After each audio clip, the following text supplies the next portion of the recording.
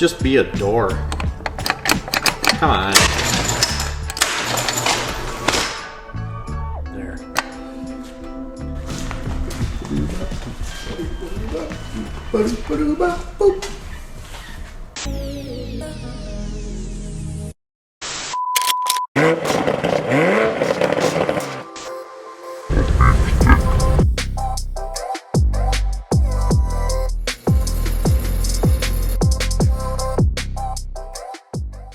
How's it going, guys? We pulled the Mountaineer in. We're going to get a much needed car wash here pretty quick, but on the agenda today, change the oil, give it a check over, and then we're gonna finish the last wheel. Those three have already been done, and these are the replacements for the wheels that got stolen, and we got this one left that I saved for you guys. So I'm gonna hoist this thing up, we're gonna change the oil, give her a check over, and then once we get that done, we'll attack this wheel.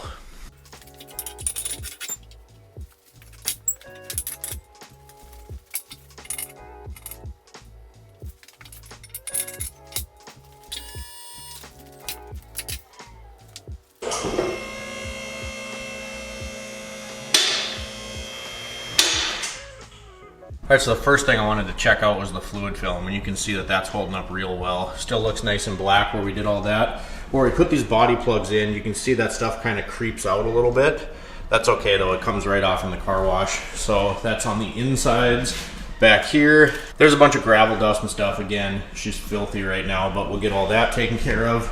Get you a shot, just, you know, it's real dirty right now. But going around, I'm impressed with this stuff so far. Frame back here still looks good, wheel well, all that kind of stuff. And then our patch, that still looks really good. Again, you can see where that stuff creeps out of the holes, but I'd rather deal with that and have to wash it off than have rust everywhere. So I feel pretty good about that. Let's get the oil dropped. Again, before I set you up, you can just see the fluid film is doing a really good job under here. Everything looks nice and covered still. And I'm not nice to this thing. Lots of gravel, I drive a lot, and I'm not always the best about keeping it clean, so I'm happy to see that. Good God, who tightened this last time? Oh, me, I suppose. Oh, I guess it's not that tight. I'm just a wuss. Was about time.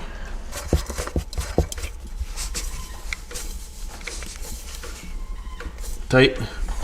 All right, so I know we got a bit of a rear main seal leak there, but because I'm curious, I believe this holds like 7 quarts of oil. I'm gonna measure what came out with this bucket. We're just gonna see, because it doesn't seem like there's enough oil in there. And I mean, that's a pretty good leak, but it's not, I mean, there's like a few little drippies coming off in the driveway, nothing crazy. So I'm gonna measure this quick and see how much oil that we're actually losing between intervals. And just so you know, we're at about 4,800 miles right now, so it's not like we're going crazy over on our oil changes or anything like that. How much of a mess can I not make? Let's see. This definitely feels like not enough. Just gonna get a rough idea. I'm not gonna sit here all day with the pan, but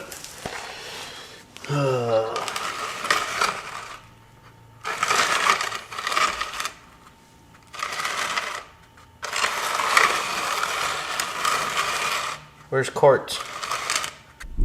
Focus. Just under 3 quarts. Yikes. Coming down.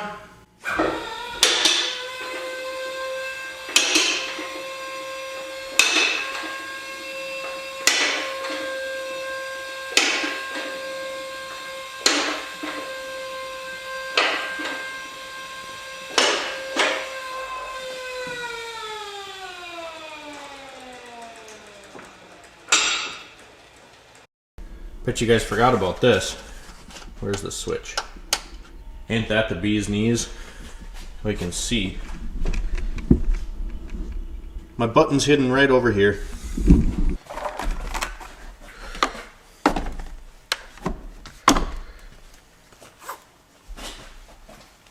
Ah! So I guess the moral of the story is I need to check my oil a little bit more often than I have been doing. Not a huge deal. Not super worried. Can I do this without spilling? Yeah, close. It's just kind of like a rite of passage thing. Like, I just don't want to use a funnel. I have funnels. It's just like, if I can't do this without a funnel, what am I even doing? What what would that be? So let's just, you know, for nice round number's sake, let's say 5,000 miles, burnt about 2 quarts of oil in 5,000 miles. So that would be a quart of oil. I guess that's not so bad. 1 quart of oil burnt every 2,500 miles. That's not so bad. That's livable. I ain't rebuilding this thing anytime soon. Oh, come on. There you go. Just trying to find my washer fluid because my car keeps telling me that it's dangerously low. So guess we should do that too. Am I gonna get to use my new Lyle pry bar again? I am. Where is it? Other pocket. There it is. Look at this thing, you guys. Isn't that a beast of a little pry bar? And it's got a striker end.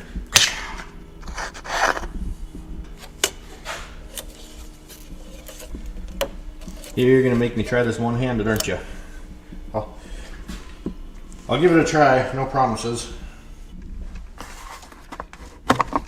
Ooh. Can I do it? Ah!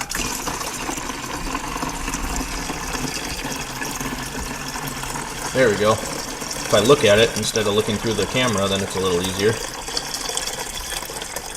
Don't know how low, dangerously low is. Enough for the little digital display from the early 2000s and late 90s to beep at me every time I start the car.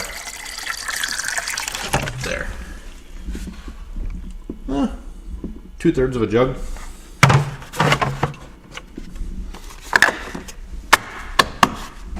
Almost forgot, I picked up an air filter at Wally World because it was like $5. I don't think I've even ever looked at this one.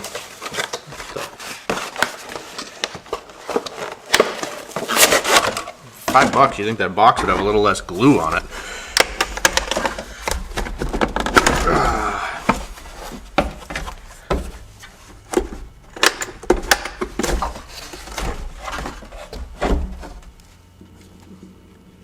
It's not bad. As long as I'm in here, I'm going to put it in. New one.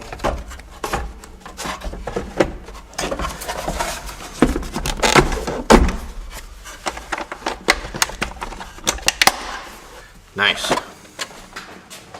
All right, onto the wheels. Almost forgot, got to put a new label in her, so got that done. I was thinking about this, you know, GM says that their pieces of junk, well-maintained vehicle, to quote their owner's manual, can go, it's acceptable for them to burn about 2 quarts of oil every 3,000 miles. So 2 quarts in 2,500 miles, we got them beat, and this thing's got almost 190,000 miles on it.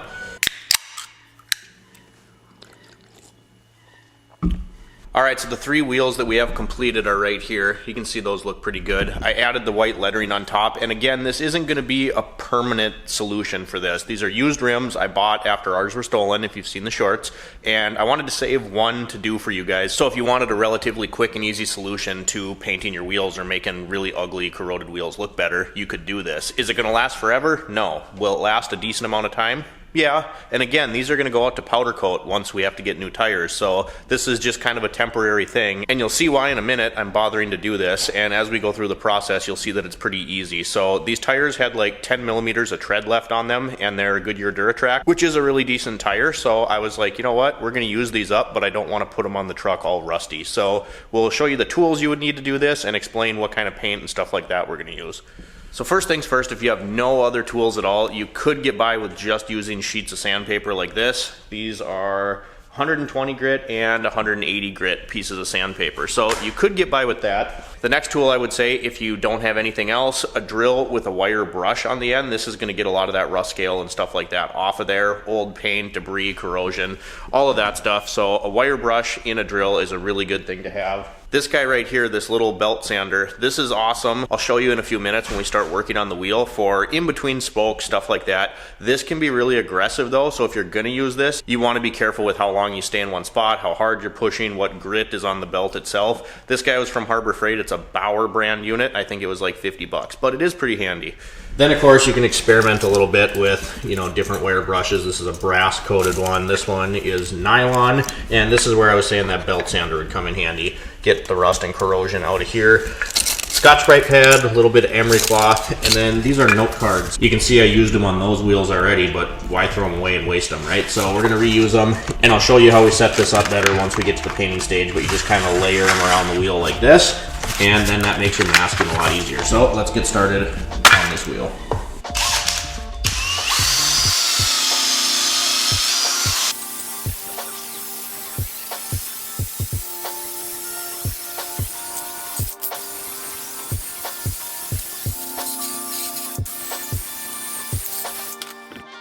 All right, so this next part's a little bush league, but if you have an impact, and then you have one of the, where is it?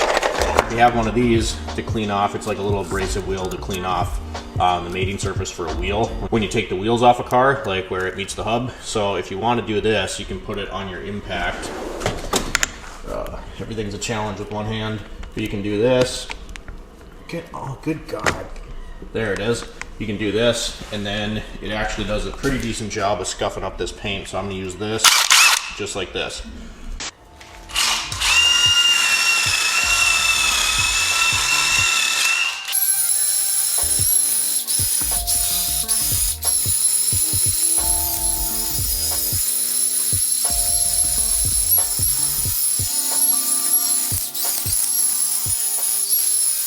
If it looks stupid and it works, it's not stupid. Next, I am going to use this guy. You can see we got a lot of the shine off, and we got a lot of that loose rust off of there, but there's still some corrosion like down in here. There's some back in here along this lip, especially, that we're going to take care of with this. So this guy, we can get in here really nice. Again, just be careful you don't take too much material off. The longer you spend with this, the better result you're going to get, the longer lasting result. You know, obviously if you have rust under your paint, it's going to come back, but this isn't like the final solution for this. We're going to get these powder coated, so I really don't care. And it is going to last quite a while. So take your time with this, but just know, you know, even if you miss just a little spot somewhere, it's going to come through. So just, you know, take that for what it's worth.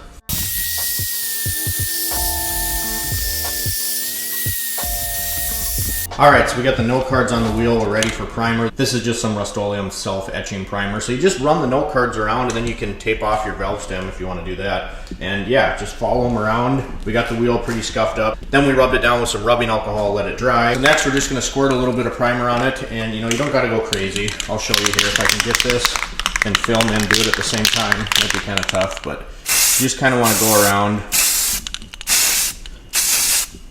Just like to get a nice color on every piece of that wheel.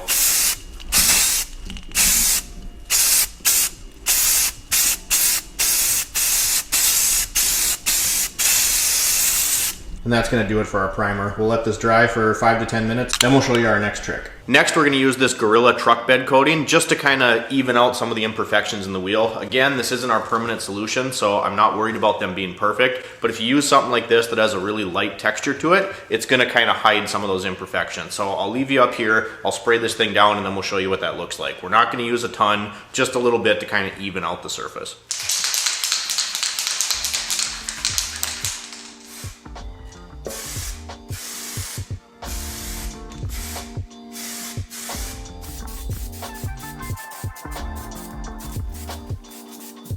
So this is what I mean by a very light coat. You can still see the primer through the texture there. So all we did was try to kind of even out some of the imperfections, and trust me, this will make it a lot less noticeable once you're ready to put your color down. Which is next, we're gonna make these black just like those ones.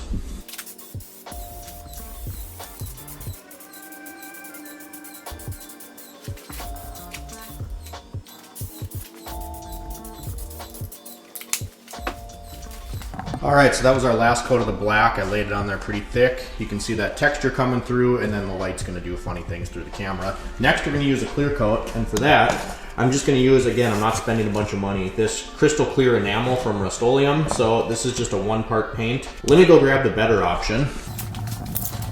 This stuff right here, Spray Max 2K clear with a hardener in it, 2-part clear. This would be a much better option. It's much more durable, and it's gonna have a lot deeper shine and gloss to it. But again, this isn't a permanent solution, so we'll do like 3 or 4 coats of this. I think we did 4 on those ones. So we'll do 4 on this as well, and we should have a pretty good wheel.